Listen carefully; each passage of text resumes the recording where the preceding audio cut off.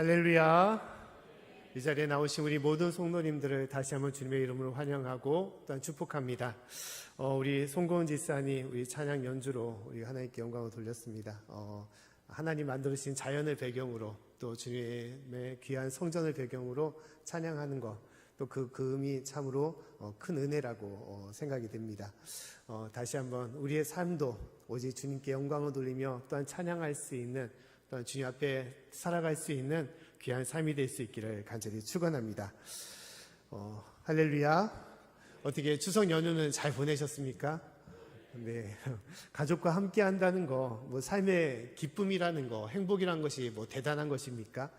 사랑하는 사람들과 함께하여 음식을 나누고 또는 좋은 시간을 갖는 거, 그것보다 더 큰 행복은 없을 거라고 생각이 됩니다.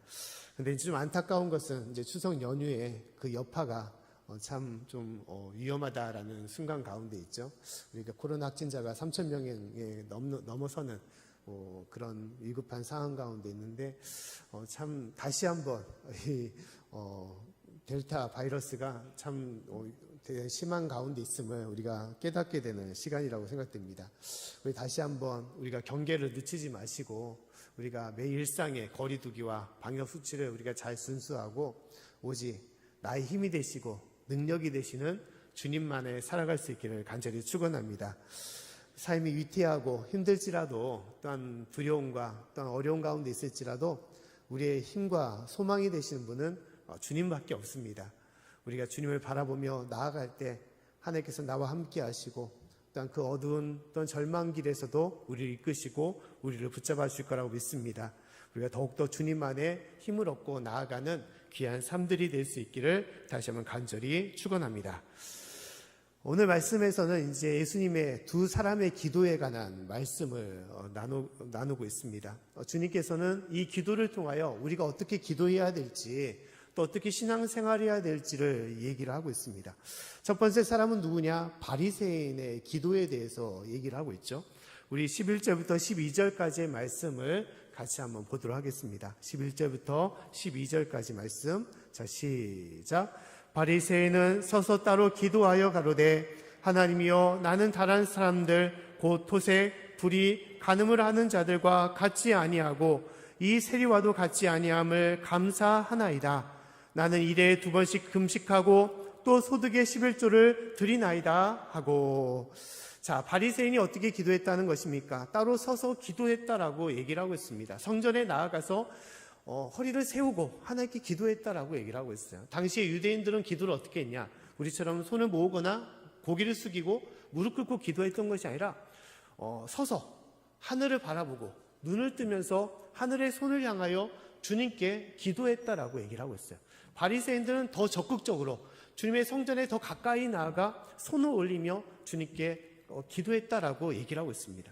근데 그 기도의 내용은 무엇이냐? 다음같이 얘기한 것이죠. 나는 토색하지 않았습니다.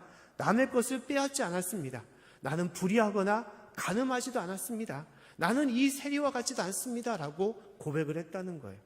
이것은 무엇을 말합니까? 달리 말하면 하나님, 나는 참 정직합니다. 나는 바르게 살았습니다. 나는 의롭게 살았습니다. 라고 그렇게 얘기했다는 거예요. 또한 기도의 내용은 덧붙여서 무엇을 말하냐? 신앙생활에 대해서도 다음같이 얘기했습니다. 하나님, 저희는 일주일에 2번씩이나 하나님께 금식 기도를 합니다. 또 하나님, 제가 모든 소득에 대해서 온전한 11조를 하나님께 드립니다. 라고 기도를 했다는 거예요. 하루에 한 번, 그것도 한 번 기도가 아니라 하루를 금식한다는 거 쉬운 것이 아니죠. 근데 일주일에 보통 화요일과 목요일에 금식을 했다는 거예요.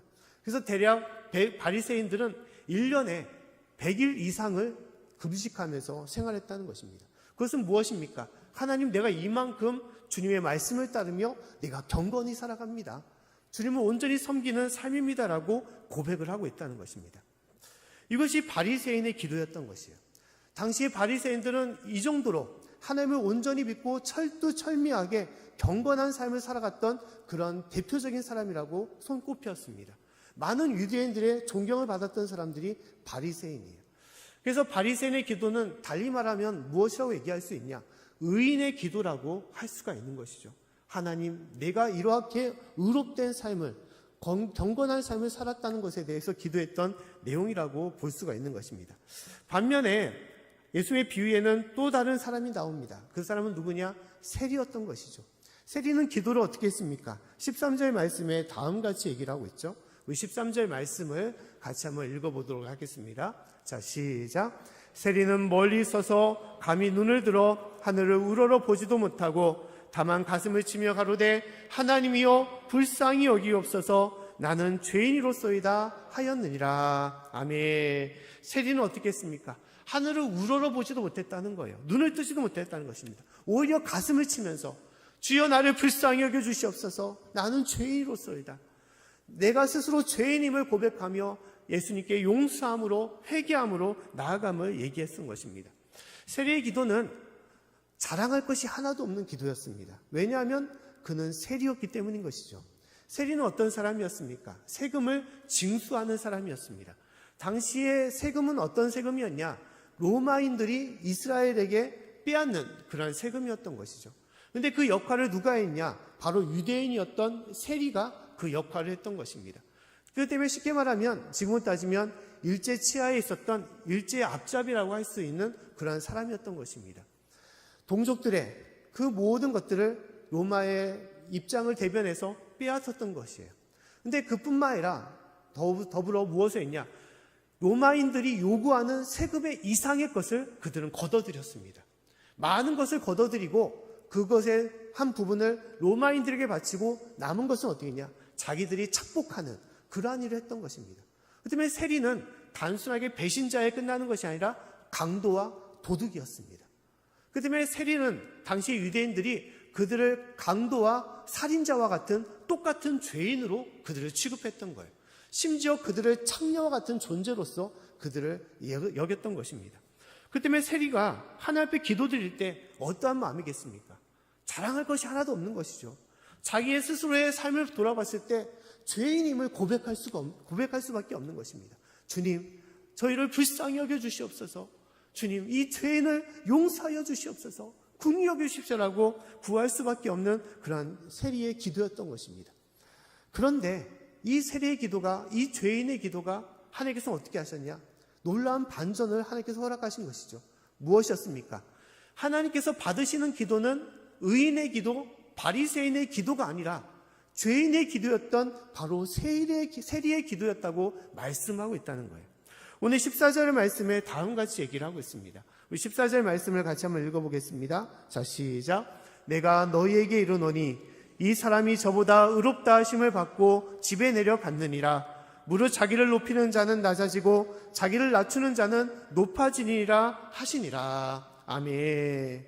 자, 예수님께서 무엇을 말씀하십니까? 이 사람이 저보다 의롭다 하심을 받았다라고 말씀하고 있어요. 이 사람은 누굽니까? 세리였어요. 세리.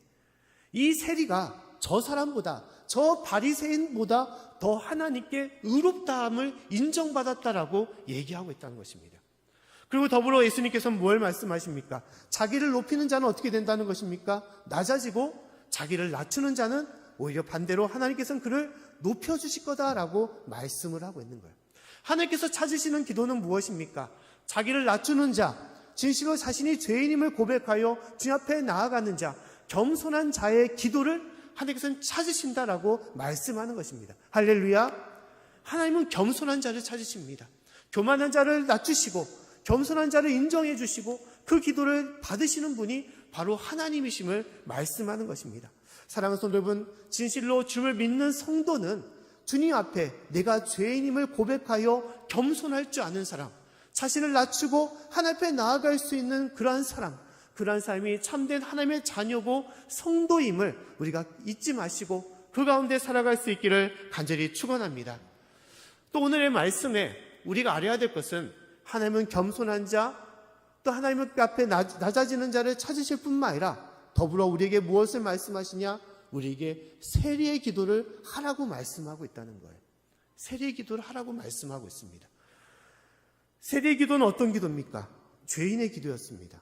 아무 자랑할 것 없는, 나는 토색했고 남의 것을 훔쳤고 나는 불의를 저질렀고 나는 남의 것을 음란한 짓을, 강음한 짓을 행했던 그러한 죄인입니다라고 고백하는 기도, 그러한 기도가 세리의 기도고 하나님은 우리가 그러한 기도를 하라고 말씀을 하고 있다는 것입니다.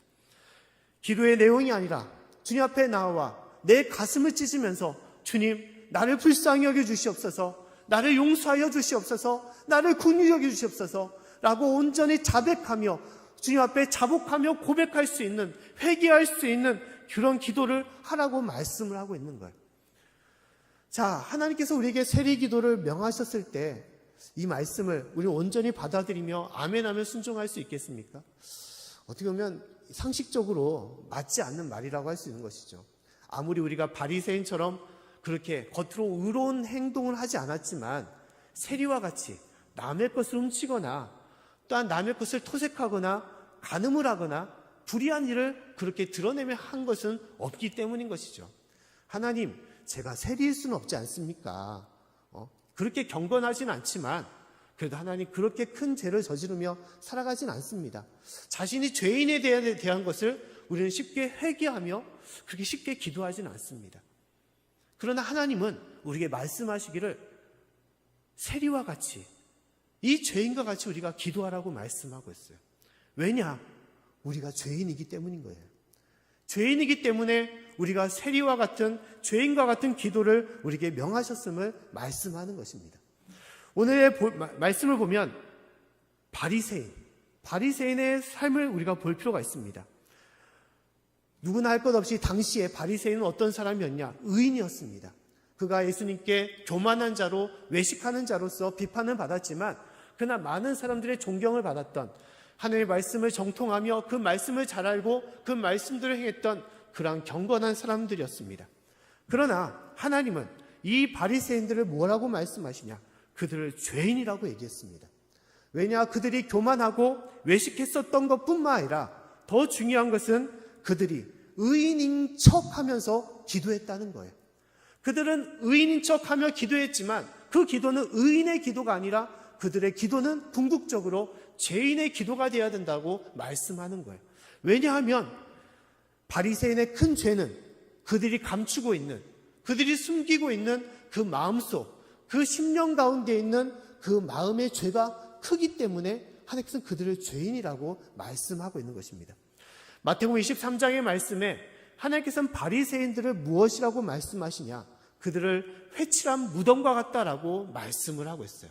회칠한 무덤은 무엇입니까? 겉으로는 화려하고 그럴듯해 보이지만, 아름답다라고 보이지만 그러나 그것은 무엇입니까? 무덤이라는 거예요. 그 속을 파보면, 그 속을 들여다보면 냄새가 썩어질 만한 시체들밖에 없는, 불의하고 부정한 것밖에 없는 그러한 무덤과 같은 존재가 바로 바리새인임을 말씀하는 것입니다. 겉으로는 내가 주님 앞에 11조를 드린다, 내가 금식한다, 또 주님 앞에 거룩한 일을 행한다라면서 그가 행하지만 그러나 그 속마음은 무엇이냐? 거짓과 미움과 다툼과 시기와 불의와 부정들이 가득 찬 그런 무덤과 같은 존재임을 얘기하는 거예요. 겉으로는 의인처럼 보이지만 그러나 그 마음이 음탕하고 거짓되고 불의하다면 그것은 더 큰 죄인임을 하나님께서 말씀하는 것입니다. 그렇기 때문에 바리새인은 사람들이 보기에는 그들을 의인이라고 칭하지만 하나님께서는 그들을 의인이라고 하지 않고 그들을 죄인이라고 말씀하는 것입니다. 바리새인의 기도가 외식하는 자, 교만한 자의 기도에 끝나는 것이 아니라 더 중요한 것은 그들의 기도가 죄인의 기도로, 세리의 기도처럼 용서하고 용서를 받고 회개를 구하는 기도여야 되는데 그렇지 않음에 대해서 하나님께서는 말씀하시고 그 기도를 받으시지 않는다라고 얘기하고 있는 것입니다.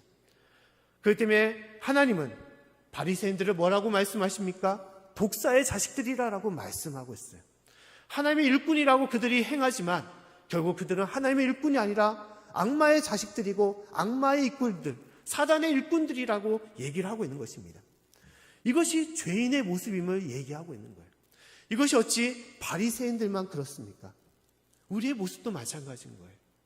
우리가 겉으로는 그럴듯하게 선하게 하나님 앞에 경건하게 살아가지만 심지어 우리 속에 감추어져 있는 모든 더러운 것들, 그 모든 것들은 하나님 앞에서 우리는 감출 수가 없는 것입니다.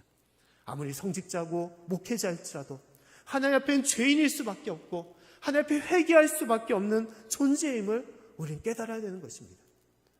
하나님은 그렇기 때문에 우리가 이 땅에서 아무리 선하고 아무리 거룩한 일을 행할지라도 우리 마음적으로 심령으로 깨끗해지지 않는다면, 하나님의 마음과 그 거룩한 성품을 우리가 지지지 않는다면 우리는 주님 앞에 온전히 서지 못하는 죄인임을 우리에게 말씀하는 것입니다. 마태복음 5장의 말씀에 오면 예수님께서는 상상수훈에 관해서 말씀을 하고 있습니다. 그 상상수훈에 대해서는 죄인에 대해서 다음과 같이 얘기를 하고 있어요. 먼저 22절 말씀을 한번 보면 다음과 같이 말씀을 하고 있습니다. 제가 말씀을 읽어드리면, 나는 너희에게 이르노니 형제에게 노하는 자마다 심판을 받게 되고 형제를 대하여 라가라 하는 자는 공에 잡히게 되고 미련한 놈이라 하는 자는 지옥불에 들어가게 되리라. 아멘. 예수님께서 말씀하기를 형제에게서 뭐라고 한다는 것입니까? 노하는 자마다, 화를 내는 자마다, 또한 라가라 하는 자, 라가라는 것은 무엇입니까? 욕설을 하는 것이죠. 요새 쉽게 말하는 여러 가지 그러한 험난한 욕들을 하지 않습니까? 그러한 욕이나 또한 미련한 자라고, 어리석은 자라고 하는 사람조차도 어떻게 된다는 것입니까? 지옥불로 들어간다는 거예요. 그들의 죄가 크니 하나님께서는 그들을 멸망의 길로, 사망의 길로, 지옥 길로 그들을 인도하신다라고 말씀하는 것입니다. 이것은 궁극적으로 살인의 죄와 똑같다는 거예요. 사람을 죽이진 않지만 말로써, 마음으로써, 그 모습으로써 그 사람을 해하고 형제를 욕되게 하니 그 또한 살인이다라고 얘기를 하는 거예요. 큰 죄라고 말씀하는 것입니다.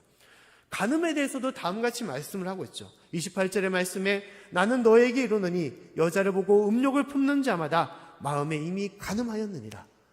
마음에 여자를 품는 자, 세상적으로 어떻게 이게 간음이 될 수 있겠다라고 할 수 있겠지만 하나님은 아니라는 거예요. 그 마음으로 그는 간음한 자고 그는 큰 죄인이다라고 얘기를 하고 있습니다. 또한 44절의 말씀에 나는 너에게 이르노니 너희 원수를 사랑하며 너희를 핍박하는 자를 위하여 기도하라라고 말씀하고 있어요. 원수를 위하여 어떻게 하라는 것입니까? 사랑하며 그를 위하여 기도하라, 용서하라라고 말씀하고 있어요. 그러나 우리는 어떻게 합니까? 원수를 대적하고 원수를 저주하고 원수를 미워하는 것이 사람의 모습인 것이죠. 그러나 그 모습은 일상적인 모습이 아니라 하나님 앞에 죄임을 말씀을 하는 거예요. 마음이 깨끗하지 않는다면, 마음이 정직하지 않는다면, 선하지 않는다면 아무리 그 행위와 그 모습이 선할지라도 하나님은 그 사람을 죄인이라고 말씀하는 것입니다. 바리새인이 그와 같은 죄인이고 또 우리가 그렇게 마음을 품고 살아가는 우리가 주님 앞에 죄인임을 말씀하는 것입니다.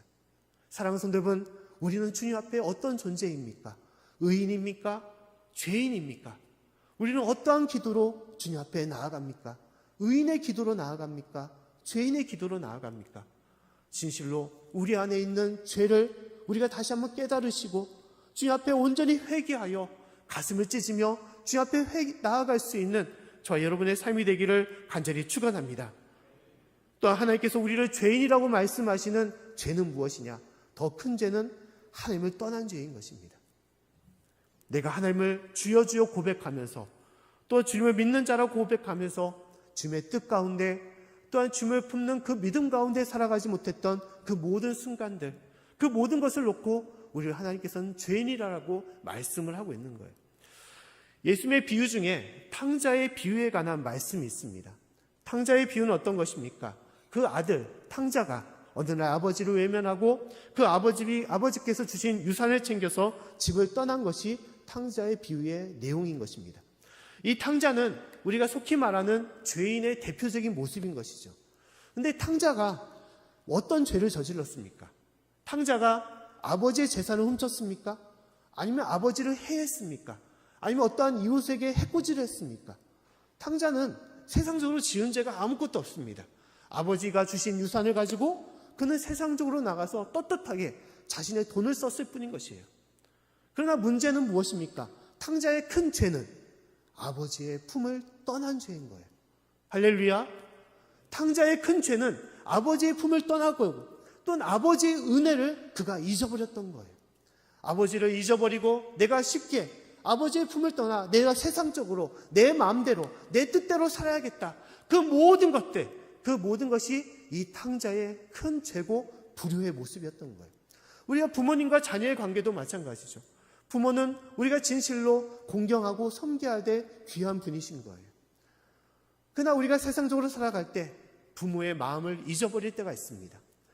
또한 부모의 은혜를 잊어버릴 때고, 또한 부모님을 우리가 인정하지 않고 살아갈 때가 있습니다. 부모님이 나에게 남겨주신 재산이 얼마나 된다고, 또 부모님의 능력이 얼마나 된다고, 부모님이 학력도 없고 학벌도 없고 재산이 없다고 부모를 무시하거나 인정하지 않을 때가 있습니다. 또 어떤 때는 나를 낳으시고 키워주신 그 은혜가 많은데도 그 모든 것을 다 잊어버리고 오히려 부모에게 바라거나 부모님께 더 달라고 하는 그런 삶으로 살아갈 때가 있는 것이죠. 아무리 많은 것을 해드려도 부모를 인정하지 않고 부모님을 온전히 공경하지 않는다면 그 자녀는 참으로 불효한 자녀인가 될 수밖에 없는 것이죠. 하나님과 우리의 관계도 마찬가지입니다. 하나님 앞에 큰 죄는 무엇이냐? 하나님을 나의 아버지로 인정하지 않는 것. 내가 일상에 살아갈 때 하나님이 나의 참된 구주가 되시며 나의 주인이 되시며 나를 이끄시는 참된 하나님이 되심을 우리가 인정하지 않고 내 마음과 내 뜻대로 내 욕심과 내 계획대로 살고자 하는 그 모든 삶들, 그 모든 삶이 하나님 앞에 큰 죄가 됨을 얘기하고 있는 것입니다.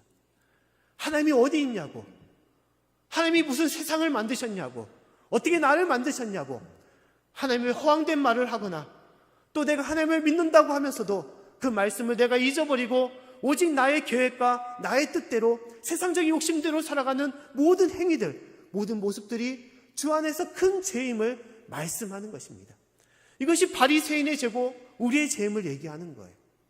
아무리 예배를 많이 드리고 신앙생활을 많이 하고 내가 주의 봉사를 많이 할지라도 내가 삶 중에서 나의 주인이 되신 하나님을 내가 인정하지 않고 하나님의 말씀대로 내가 따르지 않는다면, 오직 나의 생각과 나의 뜻이 주가 된다면 그것은 우상이 되는 것이고 하나님을 떠난 인생이 되는 것입니다.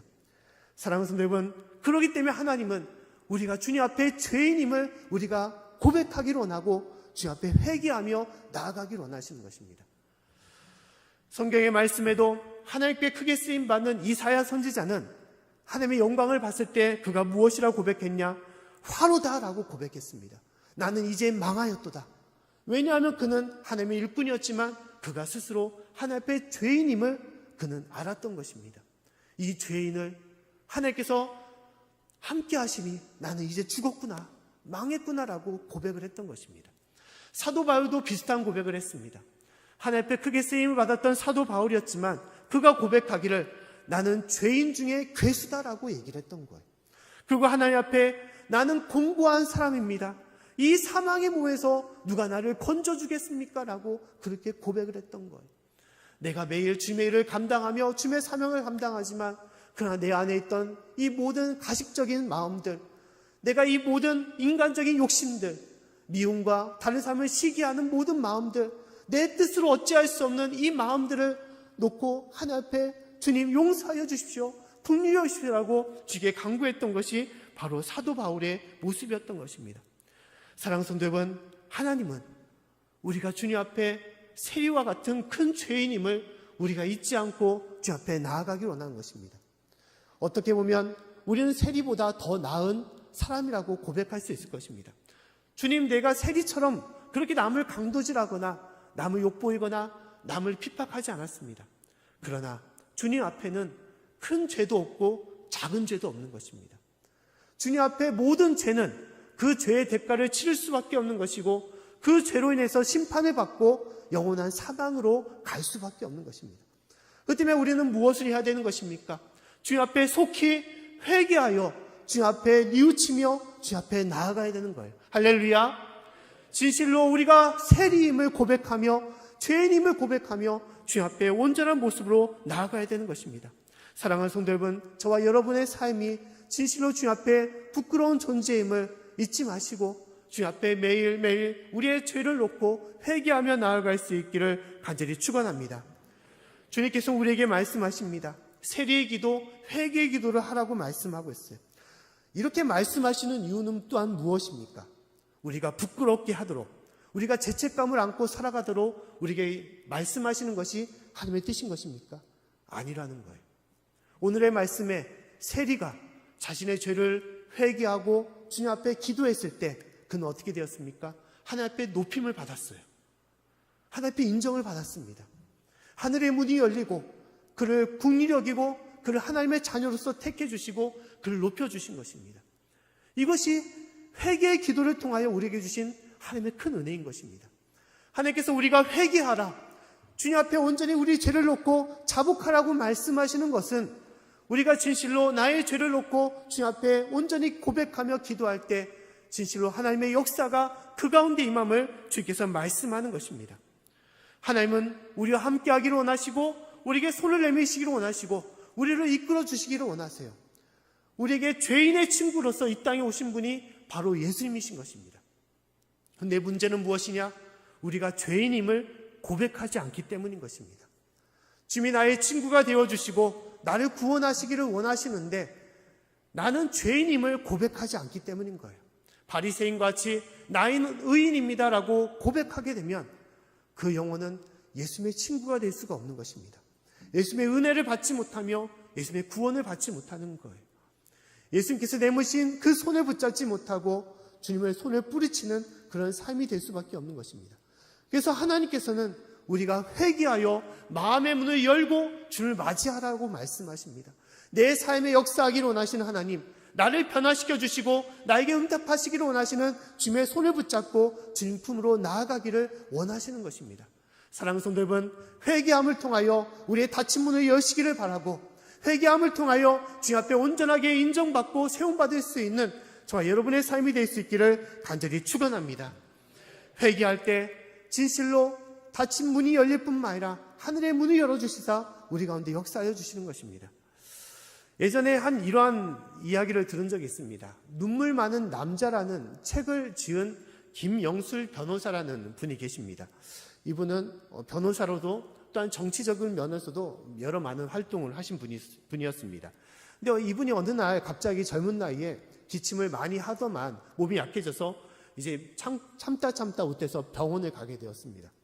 여러 가지 검사를 받고 진단을 받고 나서 이제 병원에 있는 의사가 하는 말이 다음같이 얘기를 했다는 거예요. 변호사님, 왜 이제까지 뭐 하시다가 이제 오셨습니까? 모든 검사를 보니 당신은 폐암 말기십니다라고 그렇게 얘기했다는 거예요. 이미 폐에 모든 암이 다 덮여가지고 어떠한 수술이나 어떠한 치료를 통해서도 이제 나을 수 있는 가능성은 거의 없습니다. 오래 살아봤자 6개월밖에 살지 못할 것 같으니 이제 할 수 있는 것은 집에 돌아가셔서 가족들과 같이 남은 생애 동안 하고 싶은 거, 먹고 싶은 거, 누리고 싶은 거 다 지내시다가 후회 없이 삶을 그렇게 마치시면 될 것 같습니다라고 얘기를 했다는 것입니다. 그 이야기를 들은 변호사의 마음이 어떻겠습니까? 모든 것이 무너지는 큰 슬픔과 큰 아픔밖에 있을 수가 없었던 것이죠. 이 변호사, 김영술 변호사가 그때 했었던 것은, 떠올렸던 것은 무엇이냐? 딱 한 분만이 떠올렸다는 거예요. 그것은 누구냐? 바로 하나님이었습니다. 내가 하나님을 믿던 집사였지만 내가 그동안 주의 말씀대로 살아가지 못했던 그 모든 것들을 그는 다시 한번 떠올리면서 주님 앞에 기도를 했던 거예요. 기도를 하면서 다음같이 얘기를 했다는 것입니다. 하나님, 제가 지금까지 내가 사람들 앞에서 선한 일을 했던 거 다 하나님을 위한 것이 아니라 정치적으로 표를 얻으려고 했던 잘못된 것임을 회개합니다. 제가 너무 가식적으로 하나님을 무서워하지 아니하고 사람들만 의식하며 살았습니다. 하나님, 저를 불쌍히 여기사 제가 한 번만 더 기회를 주시면 주님의 영광을 위해 살겠습니다. 저를 불쌍히 여겨주시라고 기도했다는 거예요. 그동안 자신의 큰 이 암의 질병 속에서 그가 느꼈던 것은 자신의 그 더러운 죄들, 그 모든 허물들이 다시 한번 다 드러나면서 먼저 회개하며 눈물로써 주님께 기도했다는 거예요. 나를 용서해달라고, 제 자신을 주님 다시 한번 구원해 주시고 불쌍히 여겨주시고 다시 한번 하나님 기회를 주시라고 주님께 기도했다는 것입니다. 그리고 그가 이 오늘의 말씀처럼 세리의 기도, 회개의 기도를 했을 때 하나님께서는 그 가운데 역사하셨다는 것입니다. 어떻게 역사하셨냐? 그가 항암 주사를 150번을 맞았다고 합니다. 한 번 맞기도 힘든 항암 주사를 그는 150번을 견디면서 참아냈던 것이고, 그리고 6개월밖에 살지 못했다고 그렇게 판정을 받았는데 그는 6년 후에는 어떻게 됐냐? 그가 몸이 많이 회복되어서 정치계, 국회의원으로 다시 당선되는 그런 은혜를 받았다는 거예요. 그가 국회의원으로 그가 나갔던 것은 무엇이냐? 내가 암 환자들을 위해서, 또한 모든 환자들과 또 어려운 이웃들을 위해서 내가 이 일을 헌신하겠습니다라고 고백하면서 나아갔다는 거예요.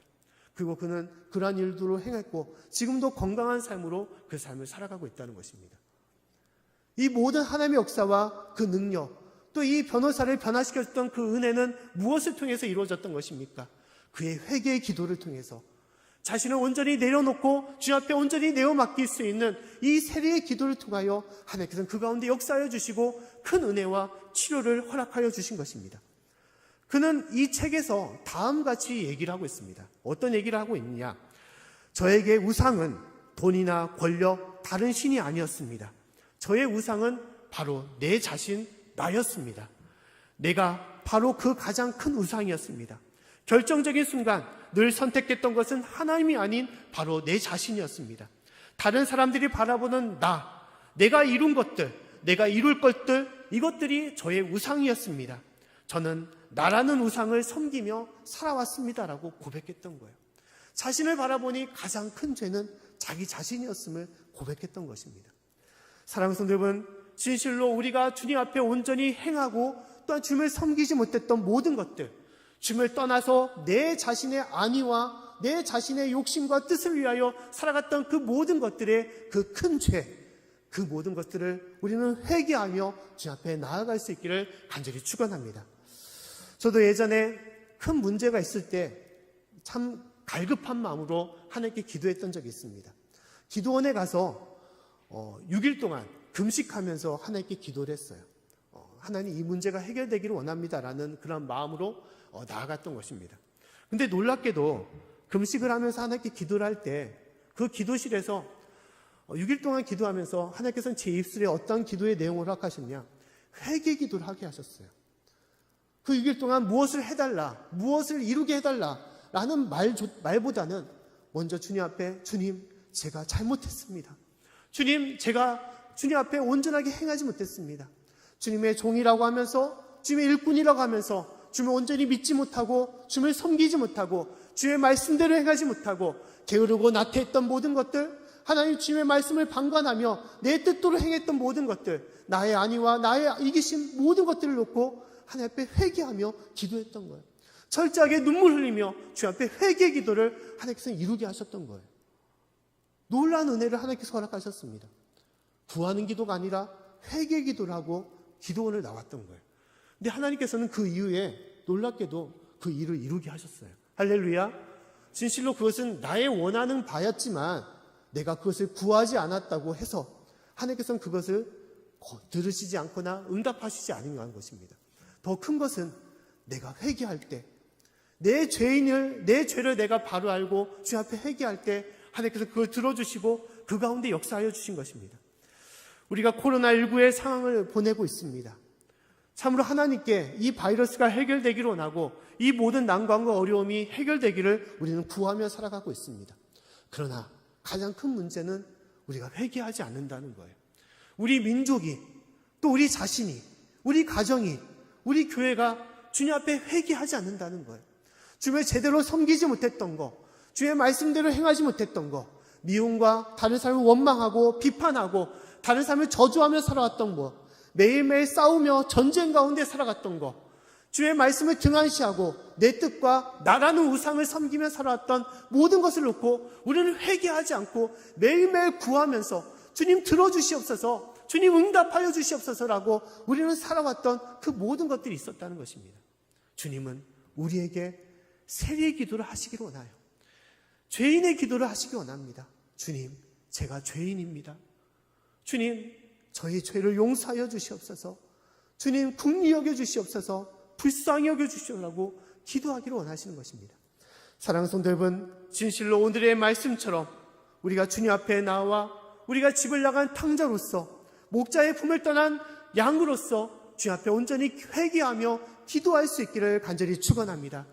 나의 모든 죄된 것들을 주님 앞에 다 내려놓고 오직 주님 앞에 주님의 은혜로 변화받으며 주님의 능력 가운데 온전히 세움받을 수 있는 저와 여러분의 삶, 온전한 주님의 자녀의 삶이 될 수 있기를 다시 한번 간절히 축원합니다.